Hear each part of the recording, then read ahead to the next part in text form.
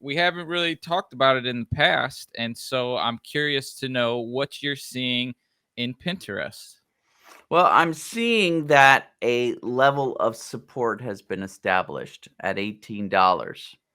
And I'm seeing that there is a rough level of resistance at about $24.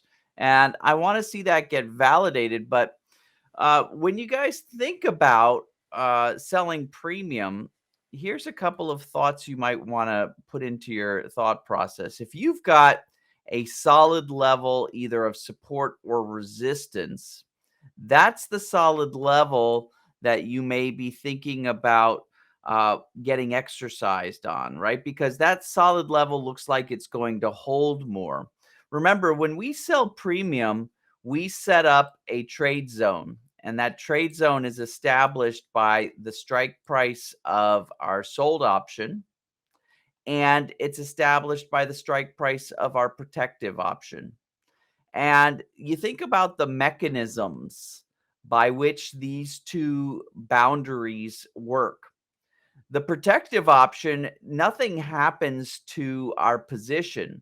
Rather, the protective option, it starts to gain in value when our underlying symbol loses value, and it basically stops the risk because they gain and lose equally. So no risk happens past that threshold for the protective option.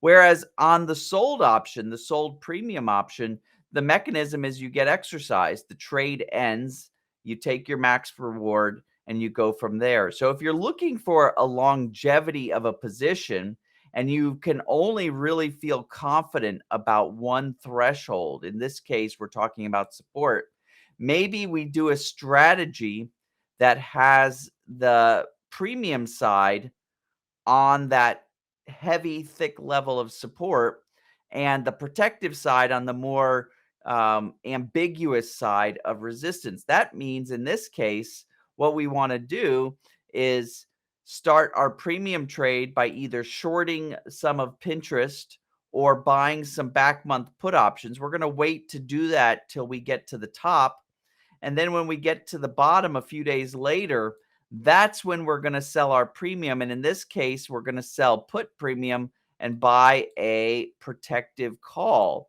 That way, we've set it up just like we talked about with our strategy that would get exercised and the trade with this thick level of support, and this more passive strategy of balancing off the losing initial covering position with that ambiguous side. And so this is going to be it's going to be more of an investment rather than a trade, which we like. We like those hands-off type trades.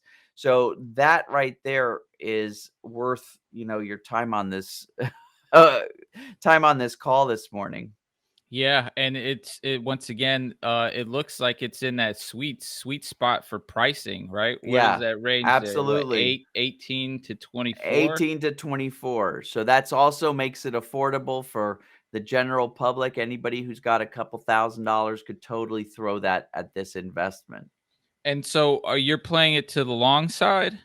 No, I'm going to be playing it to the short side, in fact. So my initial position, I'm waiting. And once it tells me that it's at its top, hopefully it'll be at its top around $24.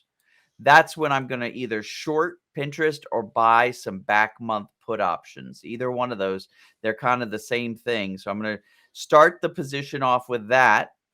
And then I'm going to wait patiently because that position will profit as long as Pinterest starts to go back down.